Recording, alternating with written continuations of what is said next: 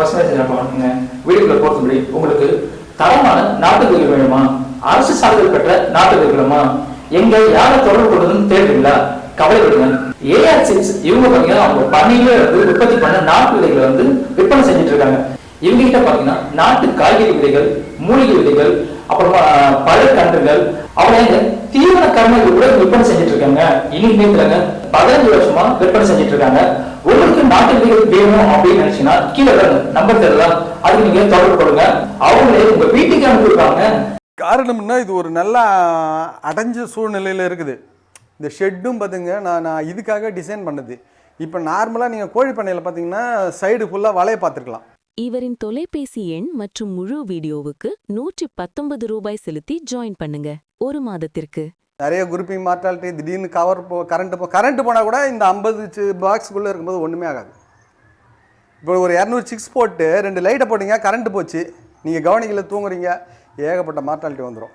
இப்போ இதை நாங்கள் பர்மனெண்ட்டாக ஸ்ட்ரக்சர் பண்ணியிருக்கோம். ஏன்னா இப்போது எல்லாமே மிஷின் எல்லாமே இருக்கிறதுனால ஒரு அட்டை போட்டுட்டு அதை மறுபடியும் தூக்கி போட்டு கம்பி போட்டுக்கிட்டு கம்பி கீழே மாட்டி இறந்துக்கிட்டு அது சரியான மெயின்டெனன்ஸ் இல்லாமல் அந்த மாதிரி இருக்கலாம். ஒரு பர்மனன்ட் ஸ்ட்ரக்சர் இதை ஒரு கொத்தனார் அழகாக டிசைன் பண்ணி கொடுத்தாரு. இப்போ நீங்கள் இந்த வாரம் உங்களுக்கு 100 சிக்ஸ் வந்துன்னு வச்சுங்களேன், ப்ரூடிங் தானேப்பா, கோழி தானேப்பா, தீனி போட்டால் அந்த மாதிரி நம்ம யோசிக்கிறோம். அந்த ப்ரூடிங்கில் அவ்வளோ விஷயம் இருக்குது. இப்போ இதை நம்ம பாக்ஸாக பண்ணியிருக்கிறோம். இது கொஞ்சம் இப்போ யூஸ் பண்ணி இது பண்ணதுனால சிக்ஸ்லாம் இல்லாதனால இந்த மாதிரி இருக்குது. இப்போ இது ஏன் நம்ம பாக்ஸாக பண்ணுறோம் அப்படின்னு சொன்னால், ரெண்டாவது இந்த மாதிரி இதுக்குள்ளே ஒரு 50 சிக்ஸ் போடுறோன்னு வச்சுங்களேன். அந்த 50 சிக்ஸு போட்டோம்னா வெப்பம் இங்கேயும் அங்கேயும் எங்கேயும் வெளியே போகாமல் அந்த குறிப்பிட்ட இடத்துல இருப்போம். நீங்கள் வெப்பம் கொடுக்கறது முக்கியம் இல்லை, வெப்பத்தை நீங்கள் கண்காணிக்கணும். சார் நம்ம சார் ரொம்ப கம்பல் பண்ணி ப்ரூடிங்னா என்ன சார், ப்ரூடிங்னா என்ன சார்னு கேட்டாங்க. நான் பெருசாக இந்த விஷயங்களை எக்ஸ்பிளைன் பண்ணி என்ன இந்த பவுல்ட்ரி ஒரு 5 வருஷமாக படிக்கிறாங்க. பவுல்ட்ரிக்குன்னு ஒரு சயின்ஸ் எடுத்து படிக்கிறாங்க. ஆனால் நம்ம கோழி வளர்க்குறாள் தான் என்ன பண்ணுறோம், ப்ரூடிங் தானேப்பா, கோழி தானேப்பா, தீனி போட்டால் அந்த மாதிரி நம்ம யோசிக்கிறோம். அந்த ப்ரூடிங்கில் அவ்வளோ விஷயம் இருக்குது. இப்போ இதை நம்ம பாக்ஸாக பண்ணியிருக்கிறோம். இது கொஞ்சம் இப்போ யூஸ் பண்ணி இது பண்ணதுனால சிக்ஸ்லாம் இல்லாதனால இந்த மாதிரி இருக்குது. இப்போ இது ஏன் நம்ம பாக்ஸாக பண்ணுறோம் அப்படின்னு சொன்னால், இந்த நாங்கள் சின்ன சின்ன விஷயங்கள் பண்ணுவோம். அந்த கார்னர் பண்ணனா கார்னரில் குஞ்சு அடையும். அது கூட நாங்கள் ஒரு சின்ன கட்டிங்ஸ் கொடுத்துருக்கோம் பாருங்கள். குஞ்சு அடைய ஒரு அந்த அதில் போயிட்டு குஞ்சு அடைஞ்சி மார்டாலிட்டி வந்துடக்கூடாது இருந்துக்காக ஒரு சின்ன கட்டிங்ஸ் கொடுத்து பண்ணியிருக்கிறோம். ரெண்டாவது இந்த மாதிரி இதுக்குள்ளே ஒரு 50 சிக்ஸ் போடுறோன்னு வச்சுங்களேன்.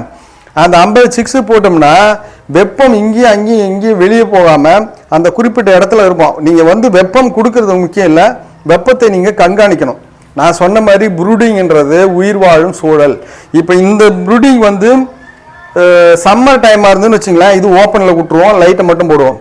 இதே வின்டர் டைமாக இருந்ததுன்னா இது மேலே இந்த மாதிரி கோணியை போட்டு விட்ருவோம். இங்கே ஒரு லைட்டை செட் பண்ணிவிட்டு இந்த மாதிரி லைட்டை செட் பண்ணிட்டோம்னா இது மேலே இப்படி கோணியை போட்டு விட்ருவோம். இப்படி 2 கோணியை போட்டு விட்ருவோம். அது இன்னும் கொஞ்சம் அகலமான கோணி போட்டு இதில் இந்த மாதிரி போட்டு இன்னும் 2 கொம்பு போட்டோம்னா சரியாக போயிடும். அந்த கோணியை போட்டுட்டோம்னா உங்களுக்கு விண்டர் சீசனில் உங்களுக்கு அந்த இது வரவே வராது. இப்போ இதை பாருங்கள், அப்படி இல்லைன்னா இந்த பலகை தூக்கி வச்சு கோணி போடுவோம்.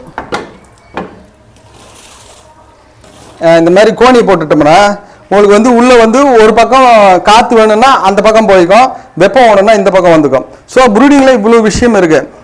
இதே ப்ரூடிங்குக்குள்ளே ஒரு 100 குஞ்சு போட முடியுமான்னா மார்டாலிட்டி வந்துடும், நெருக்கடி வந்துடும். அப்போ 100 குஞ்சு போடணும்னா இந்த மாதிரி ஒரு சூழல், இந்த மாதிரி ஒரு பெரிய பாக்ஸ்குள்ளே போட்டு அங்கே இங்கே ஒரு பல்பு போடுறோம்னா அங்கே 2 பல்ப் போடுவோம். ஸோ அந்த இடத்துல இந்த பகுதியை மட்டும் நாங்கள் அடைச்சிப்போம். இப்படி பாருங்க, இப்போ இந்த பகுதியை நம்ம கோணி போட்டு இப்படி மூடிடுவோம். இப்படி லைனாக மூடிட்டோம்னா உங்களுக்கு ஹீட் வேணும்னா உள்ளே போய்க்கும், வெளிச்சம் வேணும்னா காற்று வேணும்னா வெளியே வந்துக்கும். ஸோ அந்த உயிர் வாழும் சூழலை உருவாக்குறது தான் ப்ரூடிங். இது ஒரு 300 சிக்ஸ் 400 சிக்ஸ் வருதுன்னா இந்த இடத்துல போடுவோம். அப்போ லைட்டு பத்தாது, அதுக்கான பானைகள் இருக்குது. பானைகள் வச்சு அதுக்குள்ளார நெருப்பு போட்டு நெருப்பில் அனல் கொடுத்து இந்த ஷர்ட்டை ஃபுல்லாக எல்லாத்தையும் அடைச்சி கவர் பண்ணிட்டோம்னா 400 சிக்ஸ்னா கூட இங்கே கம்ஃபர்டபுளாக இருந்திருக்கும். அதனால் ப்ரூடிங்கிறது இப்படி தான். கொஞ்சமாக இருக்கும்போது எப்படி போடணும், அளவுக்கு அதிகமாக இருக்கும்போது எப்படி போடணும், ஒரு 400-500 சிக்ஸ் வரும்போது எப்படி போடணுன்றதுக்காக தான் இந்த ப்ரூடிங் ஷெட் வருது. இப்போ இதை நாங்கள் பர்மனெண்ட்டாக ஸ்ட்ரக்சர் பண்ணியிருக்கோம். ஏன்னா இப்போ எல்லாமே மிஷின் எல்லாமே இருக்கிறதுனால ஒரு அட்டை போட்டுட்டு அதை மறுபடியும் தூக்கி போட்டு கம்பி போட்டுக்கிட்டு கம்பி கீழே மாட்டி இறந்துக்கிட்டு அது சரியான மெயின்டெனன்ஸ் இல்லாமல் அந்த மாதிரி இருக்கலாம். ஒரு பர்மனன்ட் ஸ்ட்ரக்சர் இதை ஒரு கொத்தனார் அழகாக டிசைன் பண்ணி கொடுத்தாரு. இப்போ நீங்கள் இந்த வாரம் உங்களுக்கு 100 சிக்ஸ் வந்துன்னு வச்சுங்களேன், அதில் ஒரு 50 அதில் ஒரு 50 மார்ட்டாலிட்டியே இருக்காது. 206 வருதுன்னு வச்சுங்களேன், அதில் ஒரு 50 4ஆக பிரித்து போட்டிங்கன்னா மார்ட்டாலிட்டியே இருக்காது. அதே வந்து ஒரு 206 வருது, ஒரு சின்ன தகரத்துக்குள்ளே வளைச்சி போட்டிங்கன்னா நிறைய குரூப்பிங் மார்ட்டாலிட்டி, திடீர்னு கரண்ட் போனால் கூட இந்த 50 பாக்ஸுக்குள்ளே இருக்கும்போது ஒன்றுமே ஆகாது. இப்போ ஒரு 206 போட்டு 2 லைட்டை போட்டிங்க, கரண்ட் போச்சு, நீங்கள் கவனிக்கல தூங்குறீங்க, ஏகப்பட்ட மார்ட்டாலிட்டி வந்துடும். அதான் ஒவ்வொரு விஷயத்தையும் நுணுக்கமாக படிக்கணும். நுணுக்கமாக இந்த தொழிலை என்ன சொல்கிறது, தவறை திருத்திக்கிட்டு கொஞ்சம் கொஞ்சமாக கற்றுக்கிட்டாவே செய்யலான்ற மாதிரி தவறை திருத்துறது தான் இந்த தொழிலில் வந்து முன்னுக்கு வரணும்னா எந்த ஒரு தொழிலாக இருந்தாலும் சரி. நீங்கள் ஒரு சின்ன விஷயங்களை கூட இதனால் மார்ட்டாலிட்டி வருது, இதனால் மார்ட்டாலிட்டி வருது அப்படின்னு கண்டுபிடிச்சி குறைச்சிட்டே வந்தீங்கன்னா நம்ம லாபம் வந்து கரெக்டாக வரும். இறப்பு விகிதம் இது ஒரு 10% மேக்ஸிமம் சொல்லுவாங்க. நம்ம அந்த அளவு கூட நம்ம யோசிக்க வேண்டியதில்லை. ஏன் மார்ட்டாலிட்டி இல்லாமல் வளரக்கூடாது அப்படின்ற மாதிரி யோசித்து வர பிரச்சனைகளை எல்லாம் சால்வ் பண்ணுறது தான் இது. இப்போ நம்ம ப்ரூடிங்க்கு இப்போ நார்மலாக பார்த்தீங்கன்னா ஷெட் அங்கெல்லாம் கம்பி வலை போட்டிருந்தோம்.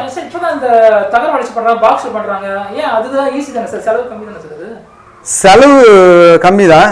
நான் சொன்னேன்ல, இப்போ வந்து ஒரு 206 வருதுன்னு வச்சுங்களேன், அந்த நேரம் போட்டு அதுக்கு நீங்கள் ஒரு பெரிய தாரம் வளர்ப்பீங்கன்னு நம்ம சொல்ல முடியாது. இப்போ ஒரு 50 வந்தாலும் 100 வந்தாலும் நீங்கள் உடைய அளவு வந்து கூட்டி குறைக்கிறதுக்கான சூழல் வந்து இப்போ நம்ம இதுக்காக ஒரு 50 வந்தால் இதுதான், 100 வந்தால் இதுதான் அப்படின்னு பண்ணும்போது உங்களுக்கு வந்து தகரத்தில் சம்டைம் சிக்ஸ் எகிரும்போது தகரம் விலகிறதுக்கோ அந்த மாதிரி ஒரு சில பிரச்சனை இருக்கும். இது ஃபீடரு அது வந்து வைக்கிறதுல தீவனம் வைக்கும்போது சில காம்பிடேட்டர் அது குஞ்சுகளுக்குள்ளே தீவனம் எடுக்கிறதுல சில பிரச்சனை வரும்.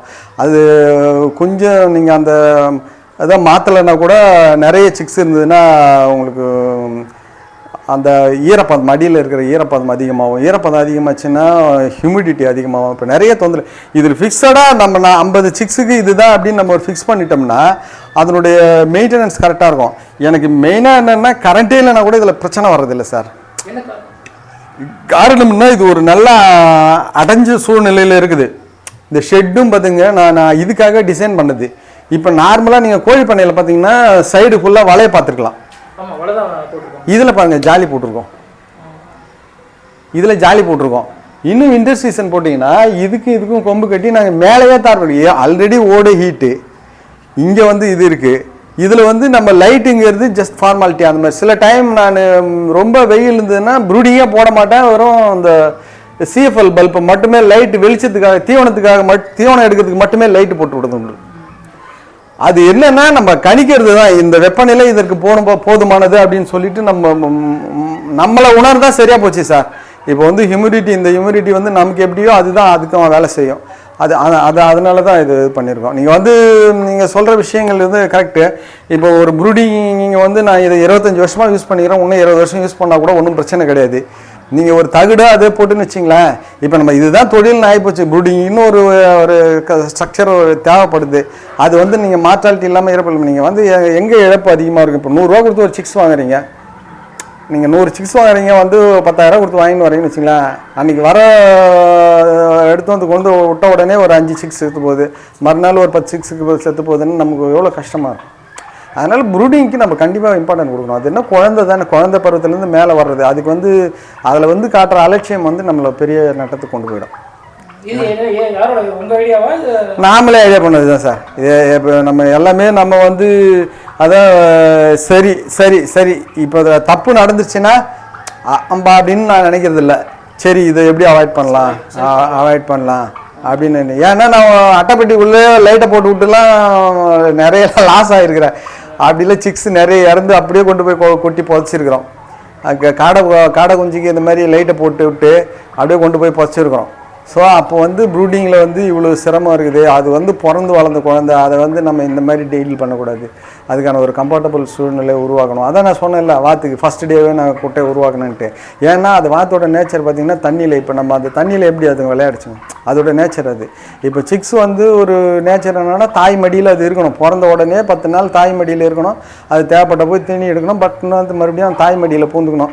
அப்படி பூந்து இந்த நேச்சுரல் இயற்கையாக இருக்கிற வெப்பத்தை வந்து அது தன்னை தாங்கிக்கிற அளவுக்கு உடம்பு தகவமைச்சுக்கணும். அப்போ அந்த சூழலை வந்து நீங்கள் உருவாக்கணும் போது நான் லைட்டை போடுறேன், தகட்டை போடுறேன், பேப்பரை வைக்கிறேன், அந்த மாதிரிலாம் அலட்சியமாக பண்ண முடியாது. அலட்சியமாக பண்ணிங்கன்னா கொஞ்சம் கஷ்டம். அது பண்ணிங்கன்னா கஷ்டம் இல்லை, பண்ணி பார்த்து கஷ்டப்பட்டு அதுக்கப்புறம் தான் இந்த டிசைன். இழப்புகள் வந்து வரும், ஆனால் குறைவாக இருக்கும். இழப்புகள் வந்து மேக்ஸிமம் வராது, வந்தாலும் குறைவாக இருக்கும். அந்த மாதிரி தான் இது. கொஞ்சம் பயம் இல்லாமல் இருக்கலாம் சார். டக்குன்னு அந்த டைம் தகுடு போச்சு, இது மக்கி போச்சு, அது தூக்கி போட்டோம், அது இதுன்னு டக்குன்னு சிக்ஸை கொண்டாந்து இப்போ ப்ரூடிங் ஒரு நம்ம ஒரு பெரிய இதாக நடத்துகிறோம். அப்போ வந்து இன்றைக்கி நடத்துகிறோம், டெஸ்ட் பண்ணி பார்க்குறோன்னா பரவாயில்ல. இப்போ நம்ம வந்து இதை வந்து ஒரு இவ்வளோ பெரிய மிஷினை போட்டு ஆச்சரிக்குன்னு ஒரு தனி ஷெட்டை போட்டு ஃபீடுக்குன்னு தனி ரூமை போட்டு பேரண்ட் யூனிட்டு க்ரோவிங் யூனிட்டுன்னு இப்படி ஒரு இண்டஸ்ட்ரியல் மாதிரி நடத்துகிறோம். அப்படி நடத்தும்போது நமக்கு இந்த செட்டப்ஸ்லாம் பர்மனெண்ட்டாக தேவைப்படுது. ஆனால் இது பர்மனெண்ட்டாக தேவைப்படுது. நீங்கள் சின்ன ஃபார்மராக இருந்தால் கூட நீங்கள் இப்படி பர்மனெண்ட் கன்ஸ்ட்ரக்ஷன் பண்ண முடியலனா கூட கான்செப்டை தெரிஞ்சுக்கங்க. நீங்கள் என்ன ஒரு உயிர் வாழும் சூழல் தான் ப்ரூடிங். அந்த குஞ்சு தன்னுடைய முட்டையிலேருந்து வந்த வெப்பநிலையிலிருந்து நம்மோட இயல்பான வெப்பநிலைக்கு மாறுகிற வரைக்கும் நாம் தான் பொறுப்பு. அதை வந்து எப்படி வந்து மெயின்டைன் பண்ணோம். அந்த கோழி குஞ்சு வந்து உயிர் வாழும் சூழல் வந்து அதிகமாகவும் இருக்கக்கூடாது, குறைவாகவும் இருக்கக்கூடாது. தண்ணீர் கரெக்டாக இருக்கணும், அது சாப்பிட்ற சாப்பாடு கரெக்டாக இருக்கணும்.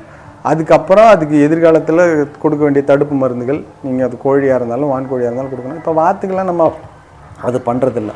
அது வளர்க்குற பறவையை பொறுத்து நம்ம அது பண்ணோம். இப்போ வான்கோழி ஆரம்பிக்கிறான், இப்போ ஒருத்தர் வான்கோழி பண்ண அமைக்க போகிறாரு, அவங்க எப்படி ஆரம்பித்தா அவங்க வந்து வெற்றிகரமாக எடுத்துகிட்டு போகலாம் சார்? நான் வான்கோழியில் வந்து நீங்கள் கோழியில் எக்ஸ்பீரியன்ஸாக சொல்கிறோம் சார். எக்ஸ்பீரியன்ஸு அனுபவம் இதெல்லாம் வேறு விஷயம் சார். நீங்கள் வந்து நான் எந்த தொழிலுமே வந்து நீங்கள் தேர்ந்தெடுக்கக்கூடாது சார். அதுதான் சார் எனக்கு நான் பர்சனலாக சொல்ல விஷயம் என்னென்னா, நீங்கள் வந்து ஒரு தொழிலில் ஆர்வம் இருக்குதுன்னா அதுக்கான இன்ஃப்ராஸ்ட்ரக்சர் உள்வளம் உங்கள்கிட்ட இருக்கான்னு பாருங்கள். இப்போ நீங்கள் வந்துட்டு ஒரு வேலூர்லேயோ ராம்நாட்லேயோ நீங்கள் அந்த மாதிரி இருக்கிறீங்க, ஒரு வறண்ட பிரதேசத்தில் இருக்கிறீங்க அப்படின்னா நீங்கள் அங்கே போயிட்டு மீன் வளர்க்க போகிறீங்களா நீங்கள் ஆசைப்பட முடியாது இல்லை. ஆனால் உங்களுக்கு ஆசை இருக்கலாம், ஆசைப்பட முடியாது. ஆனால் நீங்கள் வேறு எதில் அதை செலுத்தலாம் அப்படின்னு பாருங்கள். உங்களை சுற்றி இருக்குது, உங்களுக்கு ஒரு 40 ஏக்கர் இருக்குது, இல்லை 4 ஏக்கர் இருக்குது.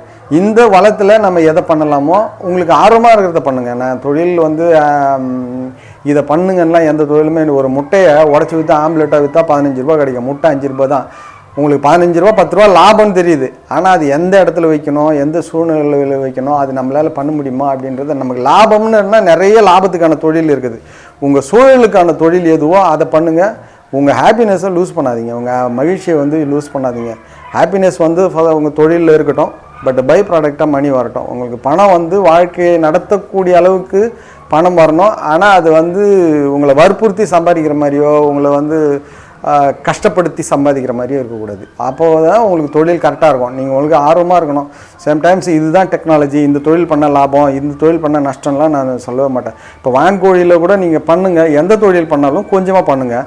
கொஞ்சமாக பண்ணி ஒரு 50 பண்ணுங்கள். ஒரு 50 அதான் நீங்கள் வந்து உங்களுக்கு இடம் இருக்குது, ஒரு 50 குஞ்சு வாங்கி பண்ணுங்கள். ஒரு 10 மாதம் அதை வளர்த்து பாருங்கள். அதுக்கான எவ்வளோ சிக்கல் இருக்குது, எவ்வளோ நோய் வருது, எவ்வளோ லாபம் வருதுன்னு பாருங்கள். இது தொழிலை அதிகப்படுத்தலாம் அப்படின்னு. இப்போ நான் வாத்து கூட ஃபஸ்ட் டைம் ட்ரை பண்ணுறேன். அது எனக்கு கொஞ்சம் சாட்டிஸ்ஃபைடாக இருக்குது. இப்போ நான் அதே மாதிரி தான் வான்கோழி ட்ரை பண்ணேன். வான்கோழி வந்து எனக்கு ரொம்ப சக்ஸஸ்ஃபுல் மெத்தடாக போயிடுச்சு. ஸோ நான் அதுக்கு முன்னாடி பிராய்லர் ட்ரை பண்ணேன், காடை ட்ரை பண்ணேன், அது எனக்கு சரியாக வரல. மாடு ட்ரை பண்ண சரியாக வரல. இப்போது நாட்டுக்கோழி ட்ரை பண்ணேன். இப்போ நாட்டுக்கோழி ட்ரை பண்ணியிருக்கேன். நாட்டுக்கோழி எனக்கு இப்போது செட் ஆகலை. எனக்கு வான்கோழி செட் ஆகுது, வாத்து செட் ஆகுது, சேமி இயற்கை விவசாயம் செட் ஆகுது. ஸோ அது மாதிரி நீங்கள் இப்போ ட்ரை பண்ணுற விஷயங்களை கொஞ்சமாக பண்ணுங்கள். இப்போ நான் வாத்தில் கூட ஒரு 40 வாத்து ட்ரை பண்ணியிருக்கேன். அந்த வாத்து எனக்கு சக்ஸஸ்ஃபுல்லாக வரும் நம்பிக்கையோட பண்ணுறேன். எனக்கு பீஸ்ஃபுல்லாக அது வந்து 200, 100, 500 இப்போ வான்கோழி கொண்டு போன மாதிரி 400, 500 கொண்டு போக முடியும்னு நான் நினைக்கிறேன். ஸோ அந்த தொழில் ஆரம்பிக்கும் போது உங்களுக்கு தெரியும் அதில் வந்து எப்படி இருக்குது, சக்ஸஸ் ஆகுமா ஆகாதுன்னு.